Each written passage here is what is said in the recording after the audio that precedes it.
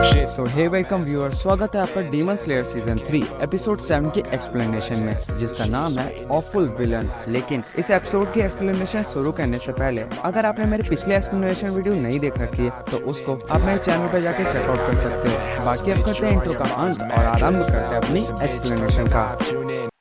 तो एपिसोड की शुरुआत तानजीरो से होती है, जो कि पीछा कर रहा होता है फिफ्थ डीमन हान तेंगू का। अब वो भागते भागते एक पॉइंट पे उस डीमन के बराबर आ जाता है और अपनी ब्लेड पे फायर लगा करके उसके गले के लिए अटैक करता है। लेकिन डीमन के छोटे होने की वजह से उसके गले पे निशाना लगाना काफी मुश्किल था, बट तानजीरो आखिर में उसके गले को निशाना बना ही लेता है और धीरे धीरे उसका गला काटना शुरू कर देता है। पर अब ये डीमन काफी ज्यादा तेज आवाज में चिल्लाने लगता है ताकि तानजीरो उसे छोड़ दे, बट तानजीरो अभी भी अपनी पूरी कोशिश से उसके गले को काटने के लिए लगा हुआ था। अब अचानक से तानजीरो को अपने पीछे एक डीमन की प्रेजेंस फील होती है। तानजीरो बोलता है कि इस डीमन की प्रेजेंस उन बाकी 4 डीमन से काफी अलग है और अब वो कंफ्यूज हो जाता है कि उसे करना क्या चाहिए। वो अपने पूरे फोकस को उस 5वें डीमन का हेड को काटने में लगा देता है, क्योंकि अगर वो इस 5वें डीमन का हेड काट देगा तो वो बाकी सारे डीमन भी मर ही जाएंगे। लेकिन अब अचानक से नेजुको की फायर बंद हो जाती है और तानजीरो उस डीमन के हेड को और नहीं काट पा रहा होता। तभी गेन्या तानजीरो को वहाँ से हटने के लिए कहता है, लेकिन अब इसका कोई भी फायदा नहीं है, क्योंकि गेन्या बिना तानजीरो को हिट किए उस डीमन को शूट नहीं कर सकता।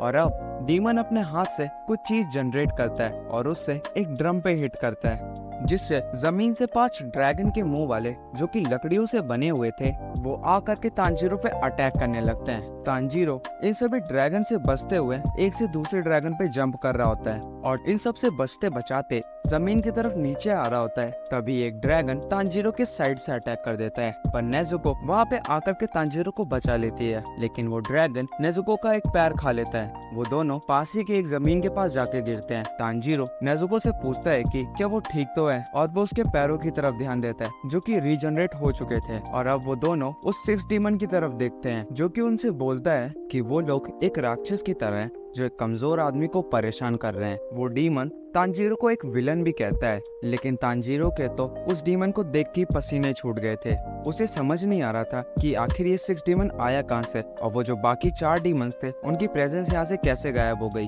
गेन्या भी यहाँ पे काफी ज्यादा कंफ्यूज होके खड़ा था, क्योंकि उसके सामने जो डीमन खड़ा था वो कुछ समय पहले तो एंगर डीमन सेकिडो था।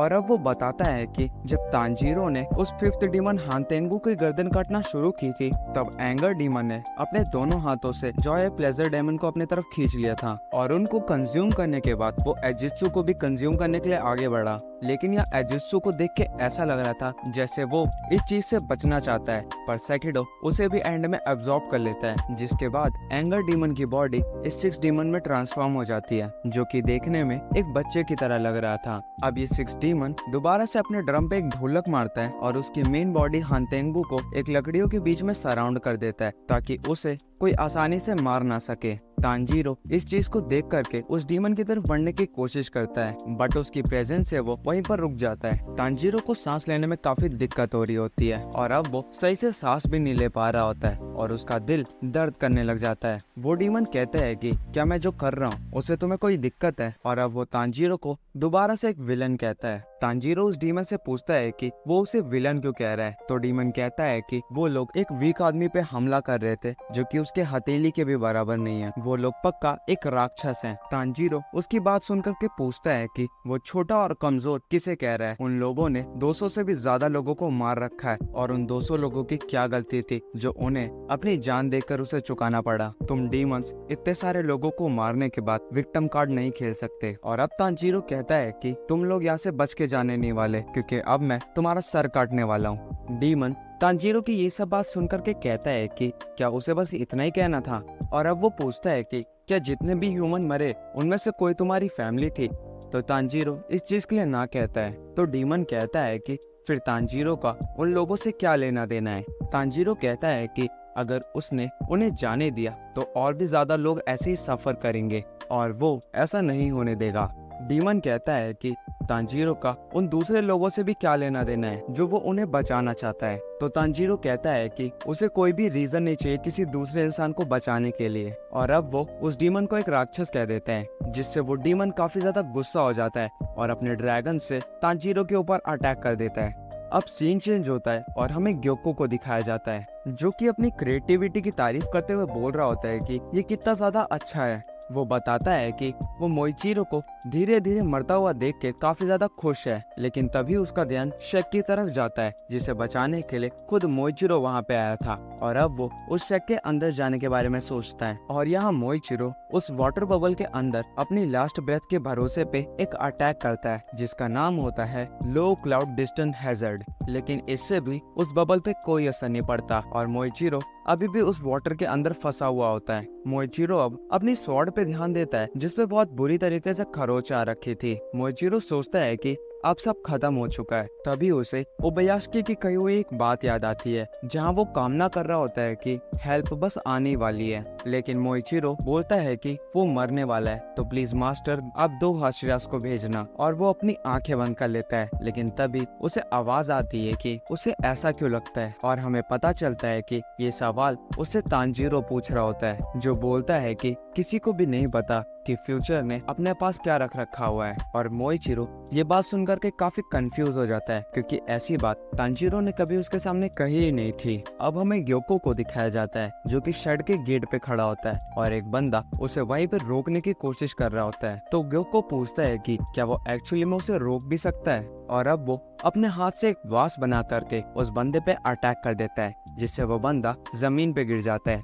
ग्योको अब उस बंदे से पूछता है कि जब विलेज चीफ यहाँ पे है ही नहीं तो वो इस बेकार से शेक को बचाने के लिए अपनी जान क्यों देना चाहता है। तभी उसका ध्यान हागानेस्का की तरफ जाता है जो कि उस 300 साल पुराने स्वॉर्ड को फोर्स करने में लगा हुआ था। वो उस स्वॉर्ड को फोर्स करने में इतना ज्यादा फोकस था कि उसका ध्यान उसके पीछे खड़े डीमन पे गया ही नहीं। वो उस स्वॉर्ड उस स्टील की तारीफ कर रहा होता है और बोलता है कि जिसने भी इस स्वॉर्ड को बनाया होगा वो काफी ज्यादा अमेजिंग इंसान होगा। और यहाँ ग्योको इस बात से काफी ज्यादा गुस्सा हो रहा होता है कि ये स्वॉर्ड्समिथ इतना ज्यादा फोकस्ड है कि उसने ग्योको पे ध्यान ही नहीं दिया। वो स्वॉर्ड्समिथ की कंसंट्रेशन देख के बोलता है कि उसने भी कभी इतनी हार्ड कंसंट्रेशन नहीं की और एक आर्टिस्ट के रूप में वो अपने आप को उस स्वॉर्ड्समिथ से काफी ज्यादा छोटा समझने लगता है और इस चीज से वो काफी ज्यादा गुस्सा हो जाता है और अब वो अपने मटके से मिस्टर हागानेस्का पे अटैक करता है। लेकिन इस अटैक के बाद भी मिस्टर हागानेस्का उस पे ध्यान नहीं देते तो वो दोबारा से मिस्टर हागानेस्का पे अटैक करता है जिससे वो काफी ज्यादा इंजर्ड हो जाते हैं और उनका काबूटो मास्क भी टूट करके गिर जाता है और हमें पहली बार मिस्टर हागानेस्का का चेहरा दिखाया जाता है। अब यहाँ ग्योको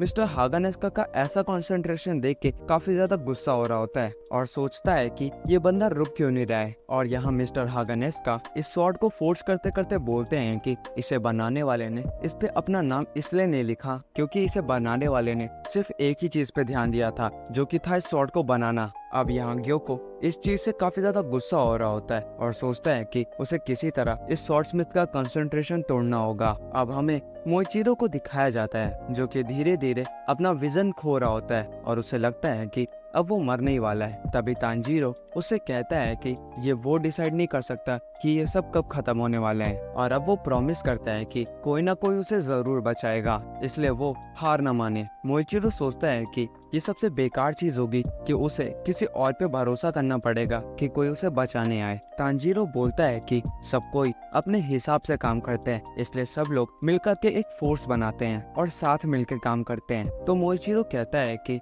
यहाँ पे ऐसा कोई भी नहीं है जो उसे बचा सके क्योंकि वो यहाँ पे सबसे ज्यादा स्ट्रॉन्ग है और बाकी सभी उससे वीक हैं। लेकिन उसने खुद को मिसजज किया, उसने अपने स्किल को कुछ ज्यादा ही ओवर एस्टिमेट किया क्योंकि वो एक हाशिरा था। तो तांजीरो कहता है कि मोइचिरो तुम गलत सोच रहे हो, तुम बिल्कुल ठीक हो जाओगे। और यहाँ मोइचिरो बोलता है कि वो मरने जा रहा है क्योंकि उसने एक से ज्यादा मिस्टेक्स की हैं।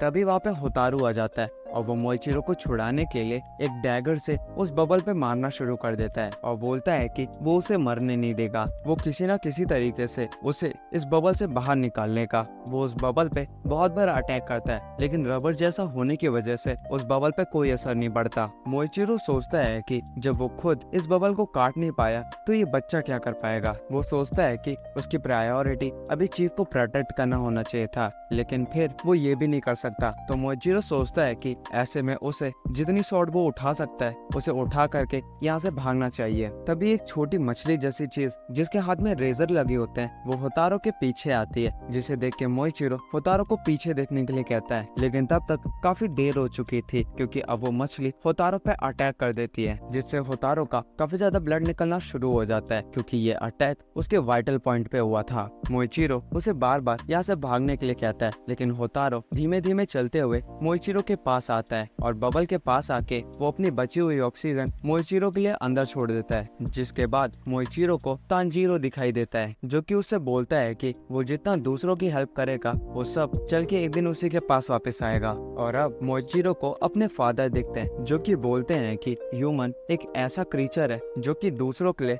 अनबिलीवेबल स्ट्रेंथ हासिल कर सकता है। और अब मोइचिरो दोबारा से अपने फॉर्म में आ जाता है और mist breathing second form 8 layers of mist का यूज करके उस बबल को काट देता है। और अब उसे याद आता है कि उसके फादर की भी तांजीरो की तरह रेड आई थी। और यहीं पे एपिसोड 7 का एंड हो जाता है। बाकी अगर आपको एक्सप्लेनेशन पसंद आई हो तो प्लीज इस वीडियो को लाइक करें और चैनल को सब्सक्राइब करें और मैं मिलता हूँ आपसे अगली एक्सप्लेनेशन में। तब तक के लिए सायोनारा।